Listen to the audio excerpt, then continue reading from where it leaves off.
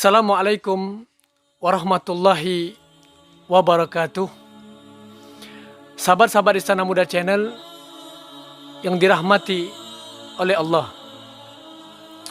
Diceritakan di dalam buku yang berjudul Insanul Kamil, sosok keteladanan Nabi Muhammad sallallahu alaihi wasallam, yang ditulis oleh Dr. Said Muhammad bin Alwi Al-Maliki Al-Hasani, yang saat ini yang akan kita bahas mukaddimah atau pendahuluannya.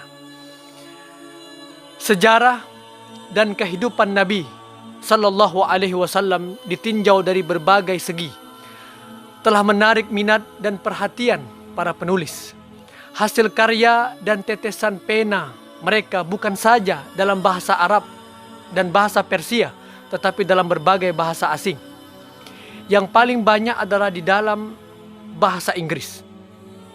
Penulis-penulis Barat yang berusaha mengungkapkan dan menganalisis dengan argumentasi ilmiah dan faktual, banyak mengagumi dan mengakui jasa Nabi Shallallahu Alaihi Wasallam itu dalam usahanya membebaskan manusia dari segala macam bentuk perbudakan, serta mengangkat martabat dari lembah kehinaan menuju kehidupan yang layak dan terhormat, itu pun dalam waktu yang sangat relatif singkat. Sesungguhnya demikian, tulisan mereka itu, para sejarawan, di sana sini tidak terlepas dari racun yang berbisa. Karena itu kita tidak boleh sekali-kali menumpahkan kepercayaan penuh dan mutlak kepada mereka, para sejarawan. Betapapun banyaknya buku yang ditulis, para ahli mengungkapkan keagungan dan kebesarannya, mereka belum berhasil sepenuhnya dalam merinci segala sifat, karakter, budi luhur yang memancar dan menghias kepribadian Nabi Sallallahu Alaihi Wasallam yang telah mencapai puncak kesempurnaan insani dan dipilih oleh Allah Subhanahu wa Ta'ala untuk menyampaikan ajarannya. Nabi Sallallahu Alaihi Wasallam tidak berucap menurut kemauan dan dorongan hawa nafsunya, karena semua ucapannya tidak lain adalah wahyu dari Allah Subhanahu wa Ta'ala yang disampaikan kepadanya. Beliau Rasul satu-satunya yang dipuji oleh Allah Subhanahu wa Ta'ala dengan firman-Nya, Bismillahirrahmanirrahim, wa innaka la'ala khuluqin azim. Sesungguhnya engkau, wahai Muhammad, berbudi pekerti yang sangat agung dan mulia. Surah Al-Qalam ayat 4. Dan ayat yang serupa itu banyak kita temukan di dalam kitab suci Al-Quran.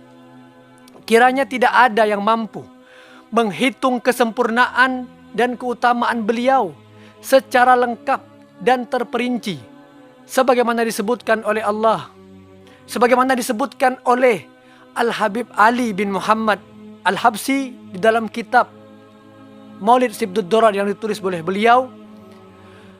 Kamulat mahasinuhu falau ahdas sana lil badri inda tamamihi lam yukhsafu wa ala tafannuni wasifihi biwasfihi yafna zamanu wa fihi ma lam yusafi. Keindahan dirinya Rasul Sallallahu Alaihi Wasallam semakin lengkap dan sempurna. Andai kata cahayanya menyoroti bulan purnama, tak mungkin ia ditimpa gerhana.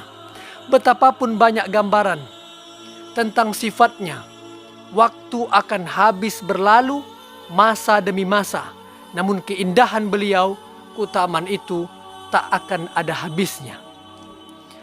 Maka kian maju dan meningkat peradaban manusia, makin luas cakrawala pemikirannya, jasa-jasa Nabi Sallallahu Alaihi Wasallam terhadap pri kemanusiaan dan umat manusia secara keseluruhan semakin dikenal dan diakui. 14 abad yang lalu sudah berjalan sejak kepergian Nabi Sallallahu Alaihi Wasallam meninggalkan alam fana ini. Namun keagungan kepribadiannya tetap menawan hati, memenuhi telinga dan kenangan untuk kita. Dirinya merupakan sumber inspirasi yang tak kunjung kering, dan beliau tetap sebagai teladan tertinggi yang penuh idealisme. Kalau kaum muslimin selalu mengenang dan tidak melupakannya barang sehari pun, semata-mata karena keyakinan akan kesucian dan kebenaran ajaran yang ditegakkan baik sebagai akidah maupun syariah. Segenap umat manusia memang perlu menyadari bahwa Nabi Shallallahu Alaihi Wasallam yang mulia dan amat kasih sayang itu adalah Rasul satu-satunya yang berjuang demi keselamatan manusia, demi keselamatan mereka semuanya. Kebesaran Nabi Shallallahu Alaihi Wasallam bukan bersumber pada fanatisme atau kedudukan dan harta. Itu semua tidak ada. Karena bangsa yang melahirkan atau kemuliaan, tapi bangsa yang melahirkan atau kemuliaan silsilah keturunannya. Tapi keagungan dan kebesaran itu justru karena kepribadian, keluhuran akhlak, dan luasnya bidang yang ditanganinya. Dialah Rasul Shallallahu Alaihi Wasallam, insan kamil, manusia yang sempurna, yang hidup dan matinya untuk Allah semata-mata. Dialah Rasul yang terpilih oleh kodrat dan kehendak ilahi dari Allah Subhanahu wa Ta'ala di antara semua makhluknya untuk mengemban dan menyampaikan panggilannya kepada seluruh penghuni alam. Beliau datang di saat umat manusia ditimpa dengan zaman fatrah, zaman vakum. Dikala itu hubungan antara mereka dengan langit sudah lama terputus, yang pernah ditegakkan oleh para rasul dan para nabi sebelumnya dengan susah payah. Maka risalah yang terakhir yang dibawa oleh Nabi Shallallahu Alaihi Wasallam, Nabi penutup dan penyudah, itu dimaksudkan agar menjadi agama ilahi bagi setiap insan, karena agama satu ini benar-benar senafas dengan fitrah dan nalurinya. Allah Subhanahu wa Ta'ala berfirman, "Fa'akim wajhaka lidini hanifa fitratallahi allati fataran nasa 'alaiha la tabdila li khalqillah dzalika dinul qayyim wa akin aksaran nasi la ya'lamun wa aksaran nasi la ya'lamun." Maka hadapkanlah wajahmu dengan lurus kepada agama fitrah, dan tetaplah atas fitrah Allah yang telah menciptakan manusia menurut fitrah itu. Tidak ada perubahan pada fitrah Allah. Itulah agama yang lurus, tapi kebanyakan manusia tidak mengetahuinya. Quran surat Ar-Rum ayat 30. Agama Islam mengajarkan tauhid yang semurni-murninya, menggariskan dasar tegaknya keadilan, kebebasan, persamaan, persaudaraan antar umat.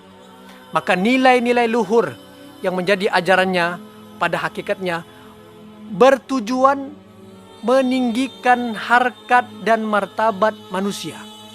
Di samping anjuran pada kasih sayang, tolong menolong, menepati janji, dan menyebarkan ilmu pengetahuan demi kemakmuran dan perdamaian, ditambah dengan perlawanan gigih, mengenal perlawanan gigih yang tak mengenal kompromi terhadap